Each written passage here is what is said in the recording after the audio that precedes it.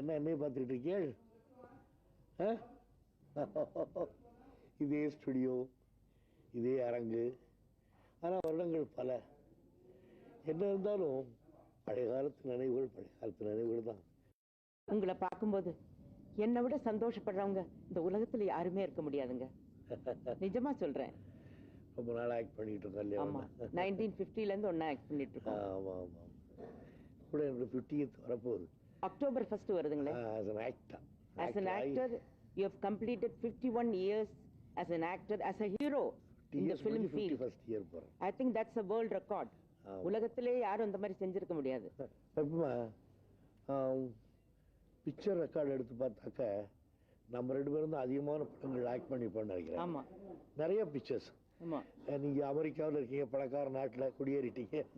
நான் தமிழ்